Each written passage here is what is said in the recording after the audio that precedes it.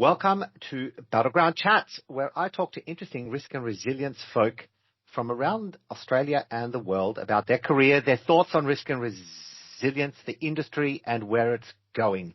I'm thrilled today to be talking to my very good friend, Peter Duffy. Was a client, now a colleague. We'll touch on that, I am sure. But Peter, welcome to Battleground Chats. Thank you, Craig. Lovely to be here. Peter, we met maybe 15 years ago. I reckon.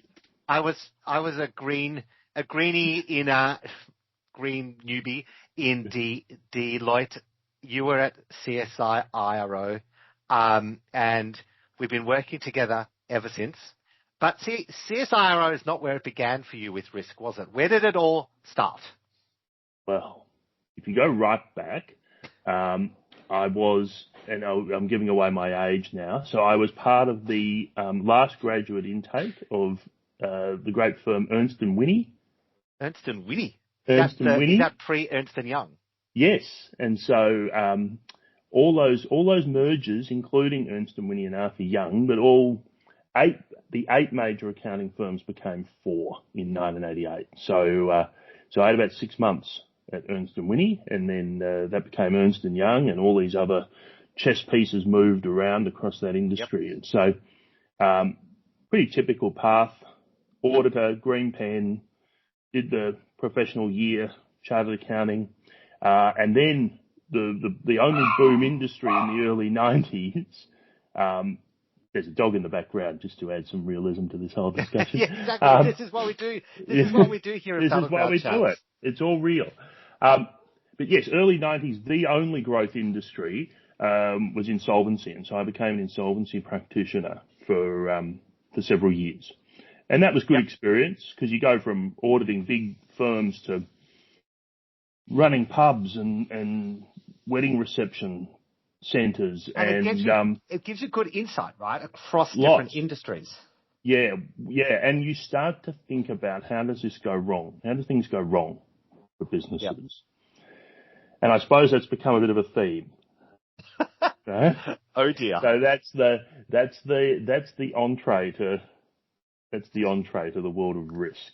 Yeah. So I remember doing a stint with insolvency when I was at KPMG, and they always used to say to me, if you walk into a business that is on the brink and they have a fish tank in the reception area, you know that there's funny buggers going on.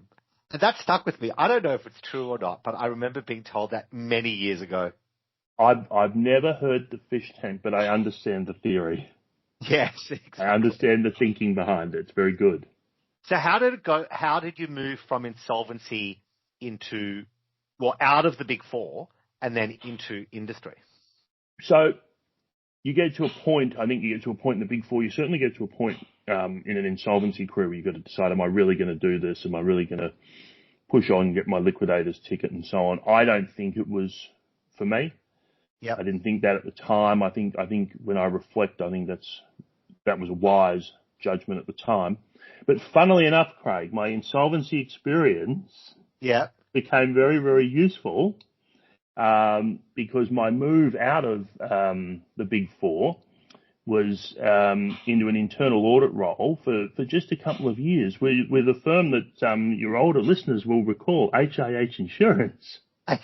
Oh, wow, yes.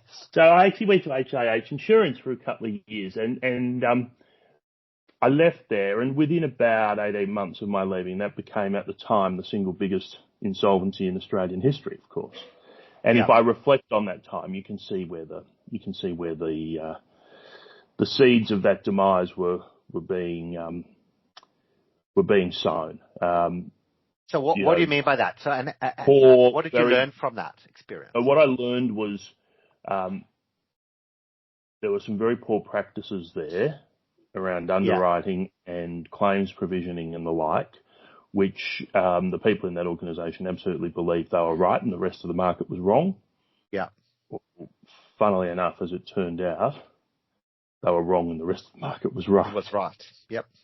Was it an arrogance or was it a fundamental flaw in their assumptions? Bit of both. Bit of both. Bit of both. The assumptions were flawed, but they really believed that they were right. Yeah. And that the rest of the market was backward in their thinking. Okay. And they weren't. But so here's the funny thing, Craig. So then I left HAH Insurance, and continuing something of the theme, I went and joined Ansett. Yes. And again, your older listeners will remember the blue tails with the stars on them, and Ansett, which was, Great. Australia's number one domestic airline. And so I was there for 3 years, right up until the end of Ansett's time operating as an airline in Australia, and that whole experience was a very pivotal one for me because I loved it there. Everyone at Ansett loved it. It was one of those. It was like a family. Yeah, airlines are like that. But the interesting thing is, I say in jest, thank goodness I had a bit of insolvency experience. But what became pivotal there was when Ansett finished.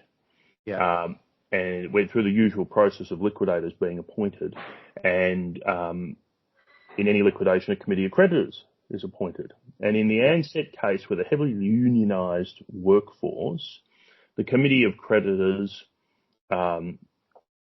was some creditor representatives, some bank representatives, but interestingly, the banks didn't have any direct security other than a few aircraft leases. So they weren't there as secured creditors, which is why they never appointed receivers and managers. But when you looked across, there was a whole cohort of employees, of which I was one, who weren't members of any of the trade unions that looked after the staff out at the airports and the pilots union and so on. So there was this big gap. And so a few people said to me, well, you know a bit about insolvency. You might want to get involved in this. And so, there was a big creditors meeting, first creditors meeting at Crown. You draw a deep breath and you put your hand up and you realise that the administrators, Mark Corder and Mark Mentha, they don't know who you are. They're a very prominent lawyer who's only going on to become more prominent, Leon's wire. He doesn't know who I am. No one knows who I am. And the next thing, I'm at a committee of creditors meeting and there's Bill Shorten and there's Greg Combe from the ACTU and so on and so forth. And so they kind of had to work out who I was. They had to do that in a hurry because the first vote of the committee of creditors was whether or not to accept a settlement deal from Air New Zealand, who were the owners of Ansett. And the ongoing solvency of Air New Zealand hinged on that vote and the support of the government of New Zealand. So, it was pretty weighty stuff. Yeah, unbelievable. So after all this has happened, and by the way, you've lost your job along with about 10,000 other people. Yeah. So to put a ribbon around all that, that's real risk management. And observing that whole sad story of the demise of that airline and that the worst of those risks could actually manifest. And you've literally got people with cardboard boxes tucked under their arm walking out of 501 Swanston Street. Yeah. A week after September 11, by the way, just to add to the drama of the time. Oh, I didn't realise the timing. I'd forgotten that timing. Yeah. So it all happened at once. Yeah. It was a week after. So you go, okay, so that is actually real risk management gone horribly wrong. Yeah. But that experience shaped you, really, for the rest of your career. And, I mean, me and you were AV geeks. We love to talk airlines. But you still fondly talk about your time at Ansett and your experience. And you draw on your experiences from there very often. Well, you do, because so much happened. Yeah. And so much happened. And airlines are fascinating businesses and organisations. There's an operational complexity to what goes on. Yeah, exactly. Literally so many moving parts and so many things to consider that you can't help but draw on. And I moved from corporate roles, internal audit, strategic procurement, that sort of thing, and ended up in airport operations. Which is a whole and that's beast, its own crazy world. Yep. Extraordinary. Absolutely. Yeah. So you've been through insolvency, internal audit, operations, and your next move is to CSIRO. Yes. and risk, internal audit. You were there a while. What's your big takeaway from that? I mean, you've had an amazing career of all these different interesting highlights, lowlights. And now you're at CSIRO, you're in government. What's the big change? Well, what would our listeners think of this change, and how do you frame it? So the fascinating thing about CSIRO, and it's not the only government agency that would characterise this way, but it's this enormous, multifaceted, multidisciplinary research organisation. It's virtually the only one of its ilk left anywhere in the world. Most organisations of this kind have been split off into their constituent parts, and some research goes to industry and some goes into the university sector and some goes here and there. So it's quite unique in that sense. So then there's elements that are government, very government, but predominantly it is not government in the sense that people observe from outside of that sector what government is. It is not, it doesn't function, it doesn't tick like a government department. But you have to understand all those moving parts. You have to be an active participant in the processes of government whilst you're trying to operate in a very different way. So, for example, the CSIRO gets an appropriation, which is money out of the budget that the Treasurer announces on that Tuesday night in May. They basically look to double that. They look to leverage that money to then go by and get partnering with other entities, universities, corporations and so on, and you leverage that money. So you say, well, we'll stump up 50% of the cost of this research, you put in 50%, and away we go. So that's a very unique model in government circles. So what you learn to straddle these two cultures. Interesting. Because I was going to say, because you still have the Senate estimates, right? And you still have all that oversight that comes from government. But yes, you're trying to run, it's like a public-private partnership almost. All that. And then the other really fundamental thing, to bring it back to the world of risk. So culturally, the thing I observed and had to work through over a long period of time is you've got an organisation that's fundamentally about innovation, where the scientific process is fundamentally about testing for failure, and you're there advocating for a risk process. And can they work together? Yeah, they can. But to find the right language, to find the right way to position risk in that context can be really challenging. So in my early days, there were people who were just flat out said, no, we can't have this thinking. It's completely contradictory to the scientific process. It's not helpful. But over time, people start to see, well, you're actually trying to build the resilience of what you're doing. Exactly. You've got a project with really important objectives that you care very deeply about. You've got a finite amount of research funds available to you. Yeah. How do you make that project as resilient as possible? That's not contradictory to the scientific method. It's a different way of thinking. It's just a different way of thinking. Yeah. It's a different way. And that's really important, because we always say risk is not black and white, and risk doesn't have to be to the letter of the law. You've got to make it adjust and adapt to your own business, right? So that's where you're really coming from. That was kind of the start of that for you. Yeah, exactly. And so, as you know, I always talk about, I'm a big advocate for the idea of understanding risk in the context of growing value. Yes. Understanding risk in the context of protecting value. And I think if I go back to, that view only became stronger in my time at CSIRO, and it was when people wanted to characterise the discussion I wanted to have with them and the context that I was bringing was solely around protecting value, and in fact just a subset of that, which was, aren't you just talking about compliance? Or aren't you just talking about health and safety? Yeah. And so to be able to expand that conversation in the context of scientific research to say, no, it's about growing the value of what we do and managing risk to ensure that we can maximise that growth. Yep. I worked with a wonderful chief executive at CSIRO, through 3 chief executives at CSIRO, but from a risk perspective, Dr. Megan Clark had this wonderful view when she was chief executive. She said, you know what? She said, you got risk in your title. She said, but in effect, I'm the risk person here.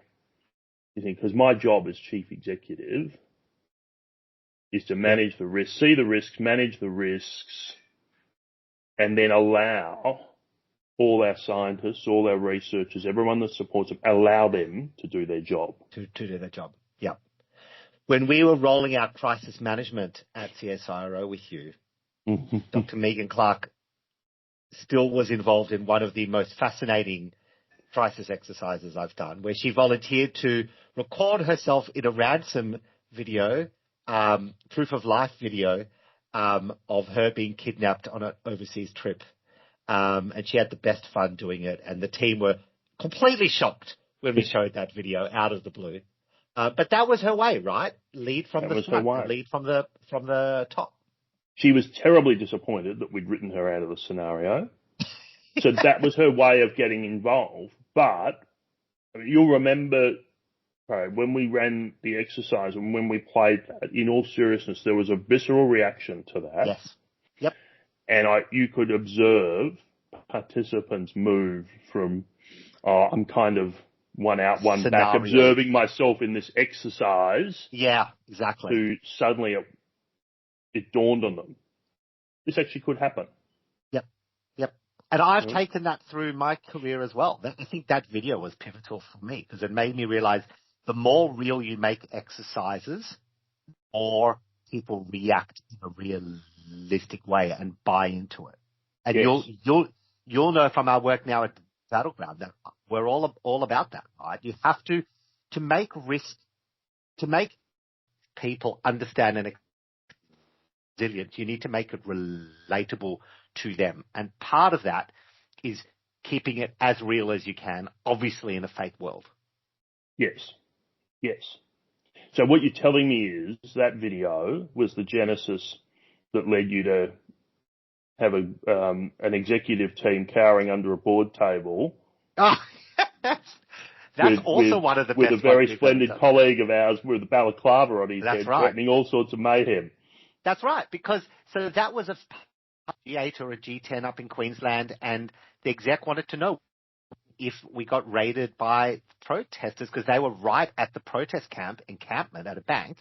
And we brought in our good friend Craig Walsh to hide to act as the cops and come in as the terrorists and have the exec team experience. What is it actually like? And we still to this day get those executives talking about it. So keeping it as real as you can is absolutely important. Now, Peter, you've come full circle. You consult once again, now with a company called Battleground, who many of our listeners would know. How's that transition back been? Because it really is a full circle. It's a full circle, and as you know, Craig, it was lengthy in its contemplation. Yes, indeed. So I'd got to a point at CSIRO where I thought, I'd like to make one more career move. Yep. And it started with a really sophisticated approach to you of, I really like what you're doing. I wouldn't mind doing that as well. I think it was more forward than that. Craig, one day I'm going to work with you. I think it might have been. COVID extended the timeline a bit. Yeah. But that was, there wasn't much good about COVID, but I would say that what that meant was from my perspective, my last 2 years at CSIRO was some of the most important work I did in my time there, being part of just a wonderful, wonderful crisis team that helped to steer that organisation through COVID. But so that extended the time frame a bit. But then, late 21, we started working together and really ramped it up probably a year or so after that. Yeah, and now, so it was me, you and Ray as the start of Battleground. We're now 16, 2.5 years on or so. So, Peter, it's wonderful to chat to you. Can chat for hours about careers, airlines, risk, resilience, stories, whatever. But our time is up on Battleground Chats. It's been great to chat to you. I hope our Likewise. listeners enjoy a bit of an insight into Peter Duffy and his amazing career and wonderful stories. And reach out to Peter to hear more and to learn more, because there is so much more under that hood. Thank you, Peter. Thank you, Craig. It's been great fun.